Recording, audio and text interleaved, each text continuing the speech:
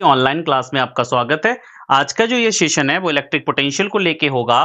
कल हम लोगों ने इलेक्ट्रिक पोटेंशियल का एक चैप्टर स्टार्ट कर दिया था, ठीक है? कल एक मिस्टेक हो गई थी। इलेक्ट्रिक पोटेंशियल वाले चैप्टर का हम लोगों ने ना नंबर जो था वो 3 डलवाया था, ठीक है ना? आप लोग करेक्ट कर लीजिएगा उसको 4, क्योंकि हमने बाद में इसको देखा था तो मैंने करेक्ट कर लिया था, ठीक है? कितना था? 4 था। ज़रा देख लो चैप्टर नंबर जो मैंने बताया था ना कौन-सा चैप्टर होगा। 4 चैप्टर हुआ था, ओके? इसको 4 क्योंकि जो 3rd चैप्टर था वो आपका गॉस लॉ था, ठीक है? हमने अपने अकॉर्डिंग जो चैप्टर का डिवीजन किया है उसके अकॉर्डिंग मैं डेटा को प्रोवाइड कर रहा हूँ, ठीक है? कल हम लोगों ने इलेक्ट्रिक पोटेंशियल को कैसे पढ़ा था, डायरेक्ट डेफिनिशन से नहीं पढ़ा था।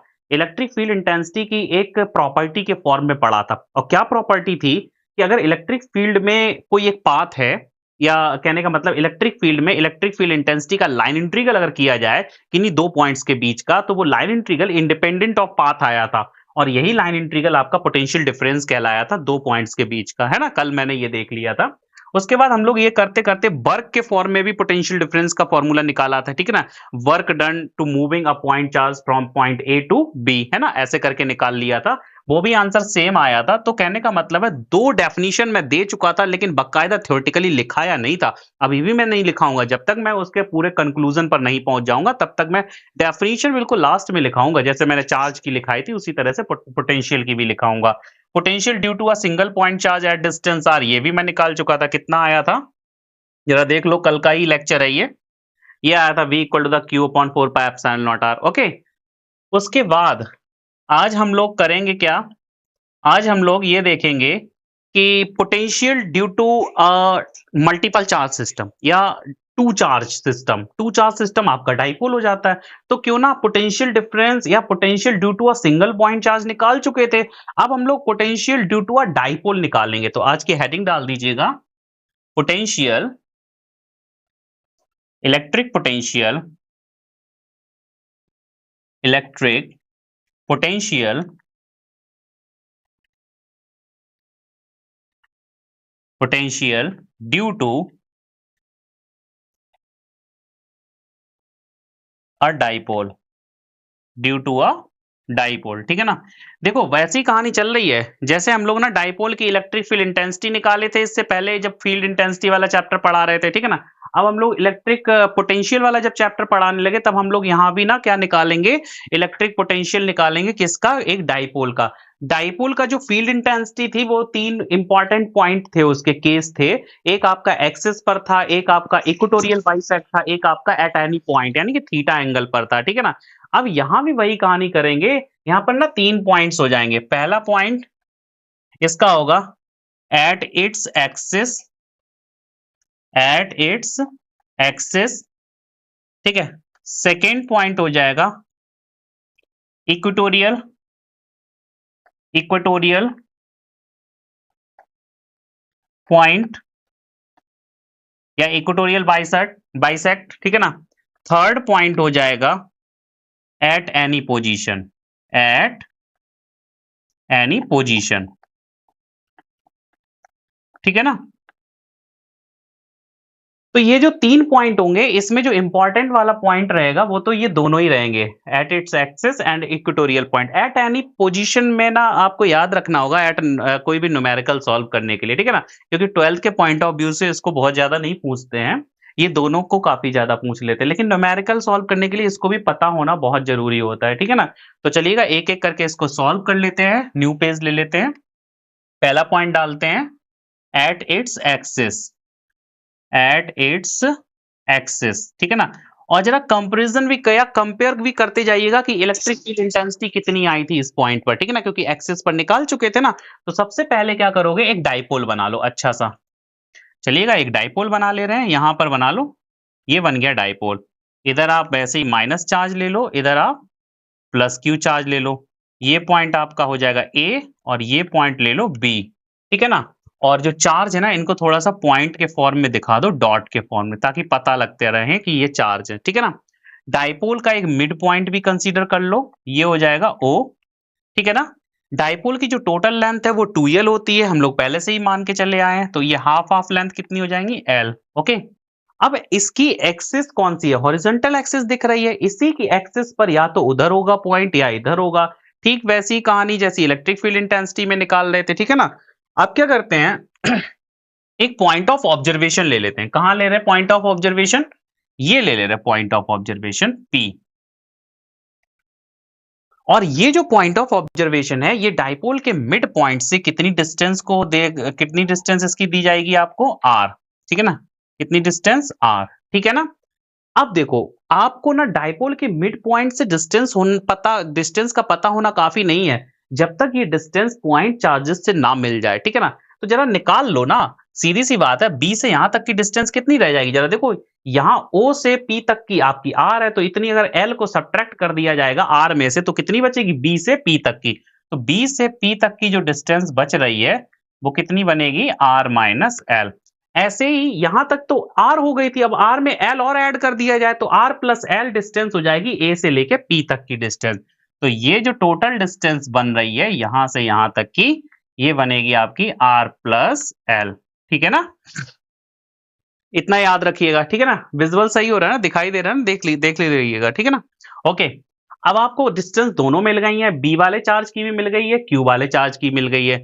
लेकिन पोटेंशियल जो होता है, अगर आपको मल्टीपल चार्ज का निकालना होगा तो सबसे पहले एक थ्योरम पता होनी चाहिए, वो अभी मैंने बताई नहीं है, तो मैं अब बता दे रहा हूं। क्योंकि मल्टीपल चार्ज सिस्टम का जो पोटेंशियल आएगा, वो एल्जेब्रिक सम होता है सभी इंडिविजुअल पॉइंट चार्जेस के पोटेंशियल का।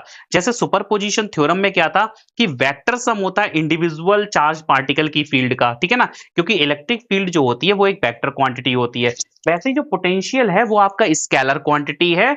और अगर इसका किसी भी पॉइंट पर इफेक्ट देखोगे बहुत से मल्टीपल चार्जेस का, तो वहां पर जो इफेक्ट आएगा वो इनका एल्जेब्रिक सम आएगा। ठीक है ना? तो पोटेंशियल एट पी कितना होगा? यहां पर लिखते हैं डायरेक्ट। नाउ पोटेंशियल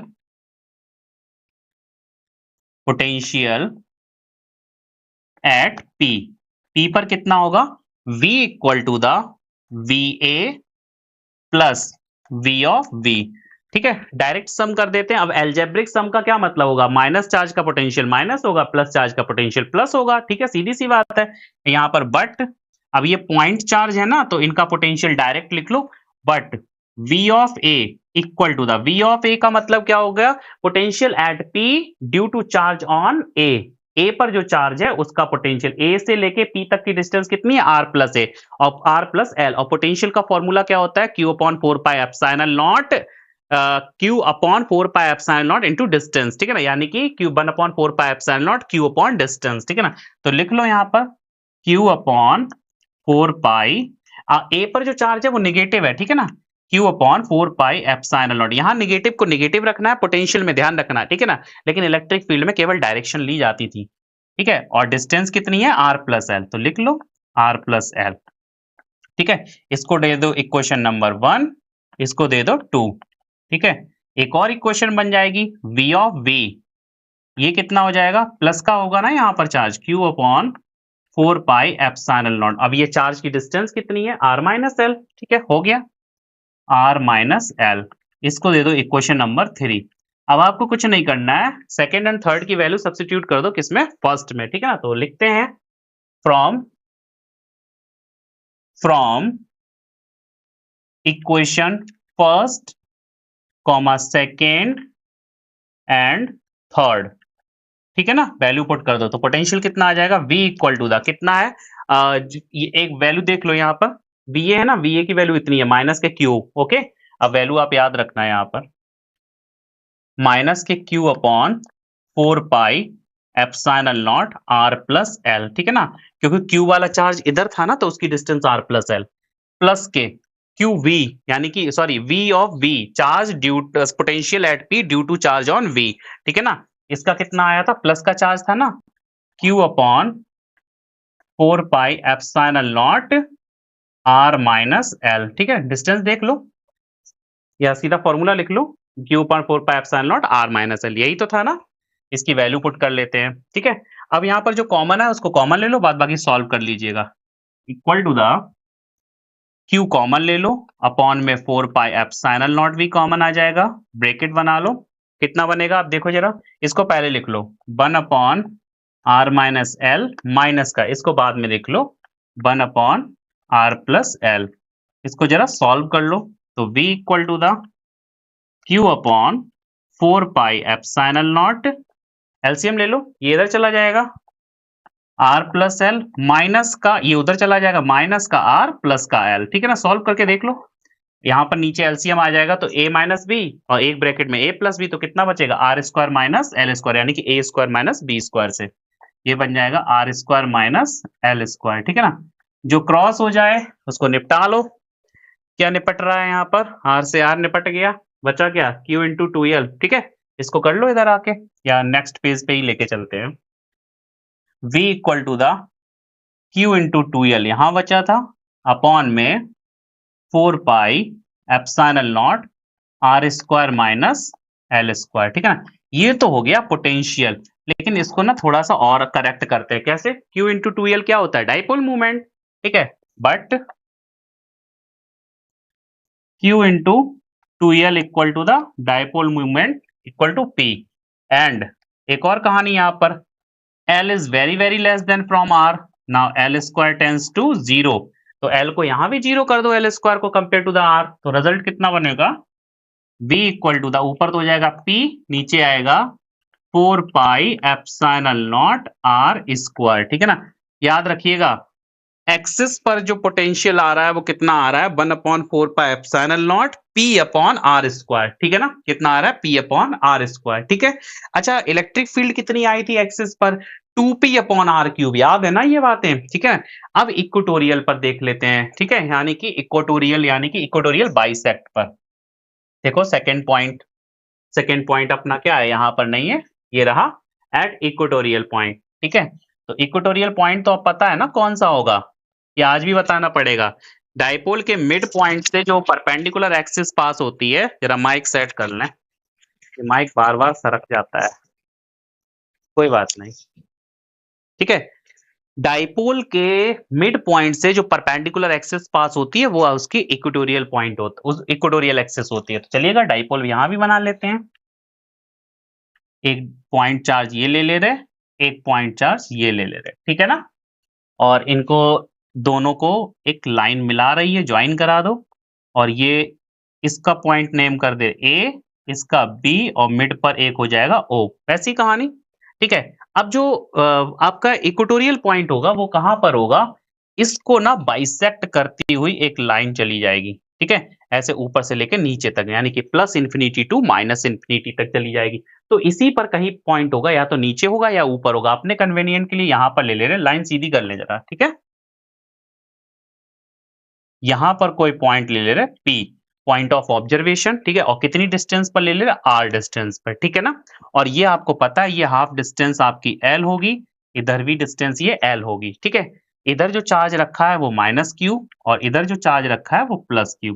अब वही कहानी, डाइपोल के चार्जेस से डिस्टेंस पता होनी चाहिए, ठीक है ना। और यहाँ पर एल्जेब्रिक सम होता है, तो देखो जरा रिजल्ट क्या आएगा, माइनस क्यू से और पी तक की डिस्टेंस अगर निकाली जाए तो ये होगी, और ये कितनी होगी, अगर इसको ट्रायंगल फॉर्म में लिया जाए ए ओ पी, तो ये डिस्टेंस होगी, ये बेस हो गया, ये परपेंडिकुलर हो गया, तो हाइपोटेनियस क्या होगा, base square plus perpendicular square का रूट, तो ये हो जाएगा आपका L square plus R square, ठीक है ना। ऐसे ही अगर उधर डिस्टेंस ली जाए ये वाली, ठीक है, तो ये भी क्या हो जाएगी, root of R square plus L square, ठीक है ना, या L square plus R square एक ही बात होती है, ठीक है ना।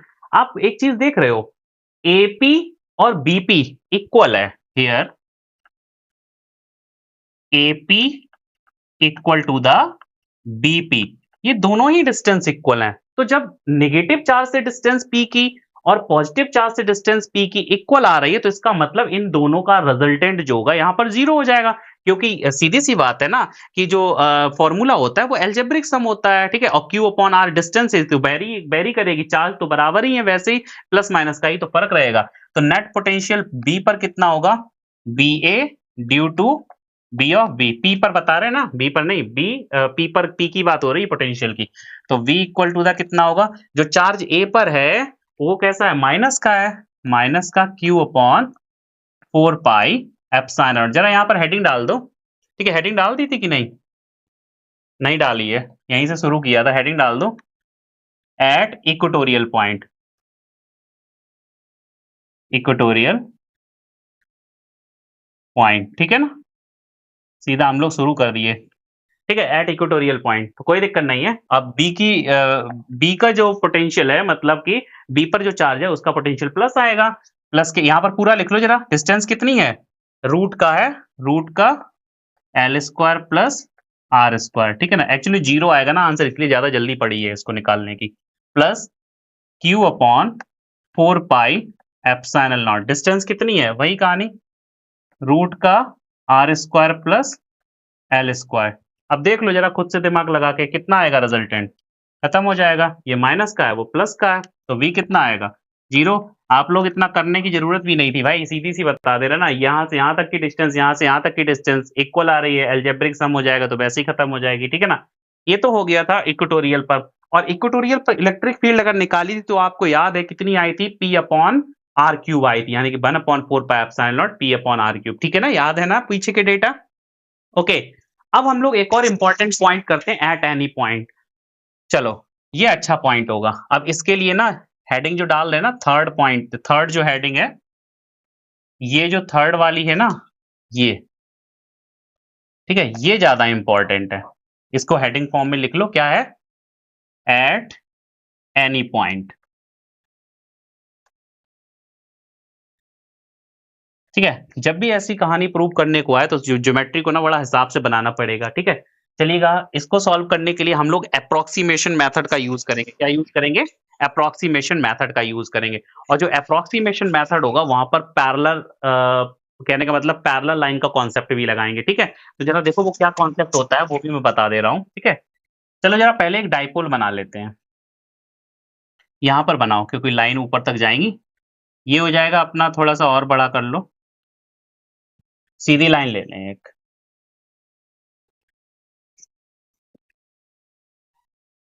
ठीक है। ये हो जाएगा डाइपोल, माइनस का क्यू, इधर प्लस का क्यू, थोड़ा सा बड़ा बनाएंगे ताकि कॉम्प्लिकेशंस ना आए ज्योमेट्री में। ये एक चार्ज है, पॉइंट चार्ज, ये एक पॉइंट चार्ज है, ठीक है। इसका एक ये मिड पॉइंट है, इसकी वैल्यू पॉइंट की ए है, इसकी वी है, इसकी ओ है, ठीक है ना। अब एक पॉइंट ऑफ ऑब्जर्वेशन ले ले रहे कहीं पर, ना तो ये बिल्कुल मिड पर होगा इक्वेटोरियल पर, ना ही इसकी एक्सिस पर होगा, इसी के किसी भी बीच पर कोई एंगल होगा थीटा। तो चलो जरा ले लो यहाँ पर थीटा एंगल पर, ये रहा पॉइंट, ठीक है। और यहां से सीधा लाइन वेक्टर ट्रेस कर दो ऐसे, ठीक है। ये हो गया, थोड़ा सा और ऊपर की तरफ ले जाओ तो आसान रहेगा इसको सॉल्व कर पाना, ऐसे, ठीक है। ये रहा point P, point of observation, ठीक है। कितना एंगल बना रहा है यहाँ से, थीटा एंगल पर है, और डिस्टेंस कितनी है बच्चे, आर, ठीक है। ध्यान रखिएगा इस बात को। अब हमको क्या करना है, माइनस क्यू चार्ज और प्लस क्यू चार्ज से डिस्टेंस का पता होना चाहिए। तो चलिए, अगर नहीं पता है तो सबसे पहले हम लोगों को क्या करना है, इनका डिस्टेंस तो मिला ही लो, एक ये डिस्टेंस और ये डिस्टेंस, इनका हमें पता होना बहुत जरूरी है, ए से पी तक की और बी से पी तक की डिस्टेंस। अब हम लोग अप्रोक्सीमेशन मेथड यूज करेंगे, कैसे, जरा देखो, ये डिस्टेंस जो हाफ है ये भी एल है, यहां से यहां तक की, और ये वाली हाफ डिस्टेंस भी क्या है, एल है, ठीक है ना। इसको आप याद रखना है, ठीक है। अब एक काम करते हैं ना, ये जो एपी और बीपी को निकालना है, इसको रिस्पेक्ट में निकालेंगे, ओ से पी वाली लाइन के रिस्पेक्ट में निकालेंगे, क्योंकि आपको यही डेटा गिवन होगा आर, ठीक है ना। अब क्या करो, इस बी से, या कहने का मतलब है इस पॉइंट ओ से कुछ परपेंडिकुलर ट्रेस करेंगे, ठीक है। अब वो कैसे ट्रेस किए जाएंगे वो भी मैं बता रहा हूं। या तो आप ऐसा करो, देखो ये वाली लाइन हमें पूरी चाहिए, बी से लेके पी तक की डिस्टेंस पता होनी चाहिए, तो क्यों ना बी से पी तक के कोई एक पैरेलल लाइन अगर इसी डायग्राम में दिख जाएगी, अब हो सकता है वो पैरेलल लाइन इसी लेंथ के बराबर हो। अब देखो वो कैसे होगी, मैं बता दे रहा हूं। यहां से डॉटेड लाइन ट्रेस करो, कैसे, यहां से परपेंडिकुलर डालो इस लाइन पर, ये, और ये बन गया अपना एन, ठीक है। bn हमने एक परपेंडिकुलर ड्रॉ कर दिया, कहां से, o से लेके p तक की। अब देखो, जब ये n से p तक की, सॉरी, o से p तक की डिस्टेंस और b से p तक की जो डिस्टेंस की है, ये लगभग पैरेलल हैं, हमें दिख तो नहीं रही है पैरेलल, लेकिन हमने कहा ना अप्रोक्सीमेशन मेथड फॉलो करेंगे। ये पैरेलल क्यों है, ये इसलिए पैरेलल मानेंगे क्योंकि जो डाइपोल है वो बहुत ही छोटा है, और ये पॉइंट जो तुम कंसीडर कर रहे हो लगभग इसी पॉइंट के बराबर ही तो डाइपोल होता है। तो उस डाइपोल से ऐसे 2 लाइन जाएँगी और दूसरे पॉइंट पर आके मिला दोगे तो वो एक पैरेलल लाइन ही जाएँगी। मतलब ये जो तीनों लाइन है ना, ये लगभग पैरेलल होंगी। आप एक कील पर 2 धागा बाँधो या 3 धागा बाँधो और उनको दोनों को पकड़ के ऐसे डाइपोल के किनारे पर बाँध दो आके, तो क्या होगा, वो तीनों ही धागे क्या हो जाएँगे, पैरेलल हो जाएँगे। क्योंकि डाइपोल बहुत छोटा होता है, लगभग पॉइंट के बराबर, और जो पॉइंट मान रहे हो वो भी आपका बहुत छोटा है, ठीक है ना? तो कहने का मतलब है हमने क्या किया, ये जो O से लेके P तक की डिस्टेंस थी, इस पर एक परपेंडिकुलर लाइन ड्रॉ कर दी। परपेंडिकुलर क्यों कर दिया? क्योंकि जब 2 पैरेलल लाइन्स होती हैं, तो अगर एक लाइन से दूसरी लाइन को बराबर-बराबर मेज़रमेंट लेना होगा, तो क्या करना पड़ता है? दोनों तरफ परपेंडिकुलर ड्रॉ कर दो। तो ये जो लाइन आएँगी, ये बराबर-बराबर कट जाएँगी, ठीक है ना? इसीलिए हम लोग क्या करते हैं, परपेंडिकुलर यहाँ पर ड्रॉ कर लेते हैं, ठीक है? तो हम लोगों ने ज्योमेट्री को बनाने के लिए, समझने के लिए ये बी से ओपी पर एक परपेंडिकुलर एंड ड्रॉ कर लिया, ठीक है ना? यानी कि ये एंगल कितना हो गया, 90 डिग्री, ठीक है? नीचे भी 90 डिग्री हो गया। अब आप क्या करो, ये जो थीटा है ना, तो आप ये लाइन निकाल लो O से लेके N, क्योंकि N से P तक की डिस्टेंस और B से P तक की डिस्टेंस इक्वल होगी। जरा यहाँ पर लिख लो, from figure, from figure B से लेके P तक की डिस्टेंस इक्वल होगी N से लेके P। क्यों? क्योंकि आपकी ये लाइन पैरेलल है, ठीक है ना? पैरेलल कॉन्सेप्ट है, यहाँ पर एप्रोक्सीमेशन कॉन्सेप्ट यूज कर रहे हैं, ठीक है ना? तो जब ये आप, या तो आपको बीपी चाहिए ना, बी से लेके पी तक की तो डिस्टेंस चाहिए, तो क्यों ना एनपी निकाल लो। लेकिन एनपी कैसे निकालोगे? अगर आपको ओपी पता है, ओपी से ओ से एन तक की डिस्टेंस सब्ट्रैक्ट कर दो, ठीक है? अब आपको पता है ओपी कितनी है, आर है। ओपी, ओ से लेके पी तक की डिस्टेंस तो आर है, ओ से लेके एन तक की डिस्टेंस आ जाएगी, अभी आ रही, देखो कैसे। जरा देखो, ये भी एंगल 90 होगा, 90 के सामने वाला तो ये हाइपोटेन्यूस हो जाएगा। या ऐसे समझ लो, ये जो एल है, एल का इधर कंपोनेंट ले लो तो कितना हो जाएगा, एल कॉस थीटा। तो ये ओ से लेके एन तक की डिस्टेंस कितनी होगी, L cos theta, L cos theta, ठीक है ना? ये डिस्टेंस ओ एन, ठीक है? बट लिखते जाओ, but O N equal to the L cos theta, ठीक है? ओ एन कितना होगा, O N L cos theta. अब आपको बीपी निकालनी है, तो इसी इक्वेशन से करो। Now BP, BP equal to कितना आएगा, BP equal to the NP था ना, एन से पी तक पता होनी चाहिए, इसको कैसे निकाल सकते हो, ओपी माइनस ओ एन, ठीक है? इक्वल टू द एनपी और equal to the OP minus O से पी तक माइनस कर दो O N, minus O N, ठीक है ना? और ओपी कितना है, ओपी आपका ओ से लेके पी तक की डिस्टेंस ये आर है, ठीक है ना? तो आप अब यहाँ पर लिख दो, बीपी आ जाएगी। बीपी कितनी आ जाएगी, ओपी, ओपी यानी कि आर, और minus O N, O N ये निकाल दिया, कितना है, एल कॉस थीटा, ठीक है ना? एक डिस्टेंस आपकी आ गई, कौन सी, बीपी। ऐसे ही आपको क्या निकालना है, एपी। अब एपी को इधर थोड़ी परपेंडिकुलर आएगा, इसका तो इधर आएगा ना परपेंडिकुलर, तो इसी लाइन को थोड़ा सा और बढ़ा लो। चलो जरा बढ़ा लेते हैं पीछे की तरफ, ऐसे करके डॉटेड फॉर्म में, ठीक है ना? अब यहां से एक परपेंडिकुलर ऐसे ड्रॉ कर दो, ठीक है ना? या डॉटेड फॉर्म में ही ड्रॉ कर लो तो अच्छा होता, ठीक है? कोई बात नहीं, अब आपने ड्रॉ कर दिया तो कोई दिक्कत नहीं। ये हो गया आपका क्या, 90 डिग्री। अब देखो जरा, ये 90 डिग्री हो गया, ये एंगल तो वैसे ही थीटा होगा, कितना होगा, थीटा।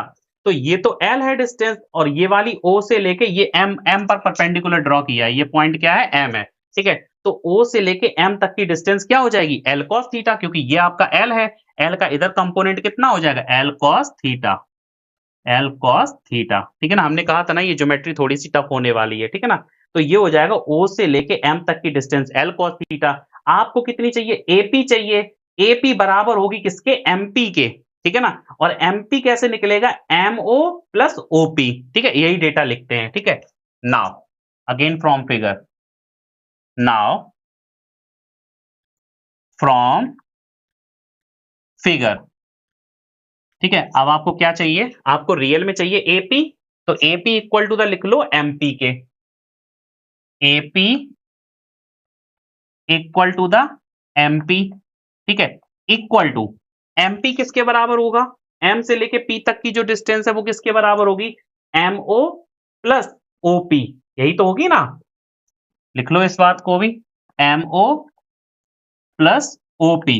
अब एमओ कितना है, वो ये आ गया था, एम ओ ये आ गया आपका कितना एल कॉस थीटा। ये राइट एंगल ट्रायंगल बन रहा है ये यहाँ पर। आप चाहो तो परपेंडिकुलर और वो नहीं फॉर्मूला होता है cos theta equals to the base upon hypotenuse, ऐसे करके भी निकालोगे ना तो भी आ जाएगा आपका ये वाला एल कॉस थीटा। हम लोग डायरेक्ट निकाल लेते हैं, ये आपका वेक्टर कितना एल है तो एल का इधर कंपोनेंट एल कॉस थीटा हो जाएगा, हम लोग ऐसे ही निकाल लेते हैं, ठीक है। क्योंकि बेस जो होता है वो हाइपोटेनियस का कॉस होता है। देखो जरा, 90 डिग्री के सामने का हाइपोटेनियस हो गया, और एंगल के सामने वाला परपेंडिकुलर होता है, तो एंगल के बगल वाला क्या होता है, बेस होता है, तो बेस कितना होगा, हाइपोटेनियस का कॉस बन जाएगा। ऐसी कहानी यहां पर बनी थी। ये एंगल था, एंगल के साथ ये 90 डिग्री था ना एंगल ऊपर वाला, तो नीचे वाला भी 90 होगा। 90 के सामने वाला ये हाइपोटेनियस हो गया, एंगल के सामने वाला परपेंडिकुलर हो गया, हमने वैसे ही ट्रेस किया था। तो जो बेस ये जो बनेगा ना ये वाला बेस, ये कितना बनेगा, एल कॉस थीटा, मतलब हाइपोटेनियस का कॉस, ठीक है ना। अब आप क्या करो, एम ओ कितना है एल कॉस थीटा, और ओपी कितना है आर, ठीक है ना। ये आर कोई पॉइंट नहीं है, ये पूरी डिस्टेंस है, ठीक है ना। तो आप क्या लिख लो यहां पर, now AP equal to the कितना हो जाएगा, R plus L cos theta, या एमओ की वैल्यू पहले लिख दो, एमओ की value L cos theta plus R, ठीक है ना। ये दो इक्वेशन निकालना बहुत इंपॉर्टेंट था, ठीक है ना। ध्यान रखना इस चीज को, हमने अप्रोक्सीमेशन मेथड यूज किया है, क्योंकि एपी ओपी और बीपी ये सभी लाइन क्या है, पैरेलल है, ठीक है ना। ध्यान रखना इस चीज को। माइक बार बार नीचे हो जाता है, ठीक है, कोई दिक्कत नहीं है। ये पैरेलल क्यों मानी है मैंने, क्योंकि डाइपोल एक बहुत ही पॉइंट साइज का होता है, और आपका जो पॉइंट होगा उससे अगर तीन लाइनें ऐसे ट्रेस की जाए ना डाइपोल के एंड पॉइंट के लिए, तो वो पैरेलल ही लगेंगी, ठीक है ना। क्योंकि वो डिस्टेंस बहुत दूर पर, हमने समझाया भी, एक कील पर तीन धागे बांध दो और उनको पास पास ऐसे आके पकड़ लो जाके दूरी पर, तो वो तीनों लाइनें कैसी लगेंगी, पैरेलल लगेंगी, ठीक है ना। तो ये मेथड हो गया। अब आपको डिस्टेंस पता है, ए से लेके पी तक की डिस्टेंस कितनी आई है, अभी पीछे निकाली है, और बी से लेके पी तक की डिस्टेंस ये निकाली कितनी, R minus L cos theta. अब कुछ नहीं करना है, दोनों के पोटेंशियल का एल्जेब्रिक सम कर लो, चलो जरा। ना potential, now potential, potential at P कितना होगा, v equal to the V A plus V of V. Value put कर लो, ए पर कैसा चार्ज रखा है, ए पर आपने निगेटिव रखा है ना, तो बस इसका निकालते चले जाओ, एल्जेब्रिक सम होता है ना, इस बात को हम लोग पहले ही बता चुके हैं, ठीक है। तो चलो जरा करते हैं, यहाँ पर कितना होगा, v equal to the V A कितना है, ए पर माइनस का चार्ज है ना, अभी पीछे देख लिया था मैंने, देखो जरा, माइनस का चार्ज है, और ये ए से लेके पी तक की डिस्टेंस अभी पीछे निकाली है, कितनी है, ये है ही, कितनी है, L cos theta plus R. तो देखो जरा क्या होगा, माइनस का Q upon 4 pi epsilon naught into distance, distance कितनी है, R plus L cos theta, ठीक है, R plus L cos theta, ठीक है।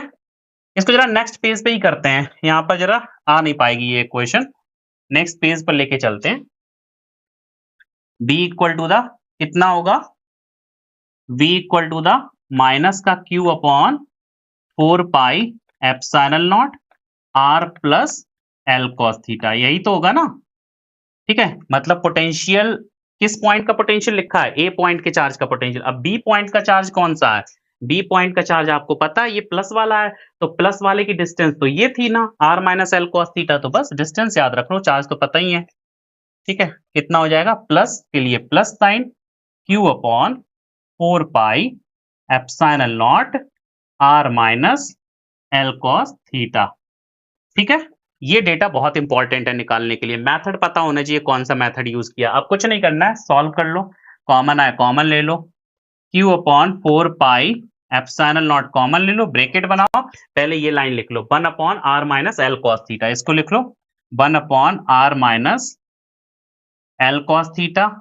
उसके बाद माइनस का ये लिखो आगे, माइनस के 1 upon R plus L cos theta, R plus L cos theta, ठीक है ना।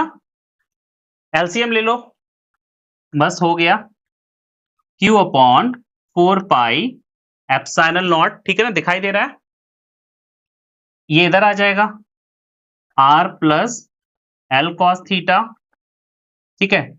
उसके बाद माइनस आएगा, माइनस ये उधर चला जाएगा, माइनस का r और प्लस का एल कॉस थीटा। साइन वाइन जरा ध्यान रखना इस चीज को, ठीक है। हम तो समझ जाते हैं, तुम लोग भी समझ जाओगे, इतनी तो मैथमेटिक्स आनी चाहिए।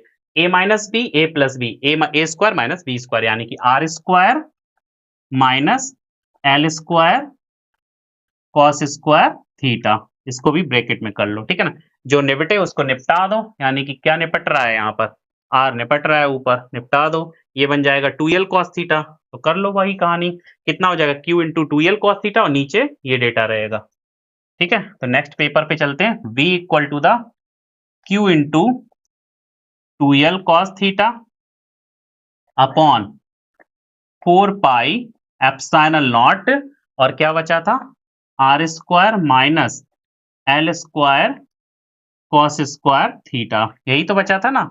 अब वही कहानी, q इंटू 2l क्या होता है, p, but q into 2l equal to p, और अप्रोक्सीमेशन मेथड, एल स्क्वायर आपका r के कंपेरिजन में वैसे ही जीरो हो जाएगा। r is more greater than from l, then L square tends to zero. तो आप सॉल्व कर लो, इसका आंसर कितना आएगा, v इक्वल टू द कितना आएगा, q इंटू 2l कितना हो जाएगा, p, और cos थीटा तो रहेगा ही रहेगा, p cos theta upon 4 pi epsilon naught R square, ठीक है ना। ये रिजल्ट आएगा इक्वेटोरियल, सॉरी वहां पर एट एनी पॉइंट पर, ठीक है ना। अब यहीं से चाहो तो आप इक्वेटोरियल का निकाल लो। इक्वेटोरियल यानी कि थीटा कितना हो जाएगा, 90 डिग्री, जरा देखो थीटा कितना हो जाएगा, 90 डिग्री। यहाँ डायग्राम में देखो, अगर ये वाला बिल्कुल सीधा ऐसे लाइन हो जाए, कौन सी, ओ से लेके पी तक की लाइन, तो ये थीटा कितना हो जाएगा, 90, और cos 90 कितना होता है, जीरो।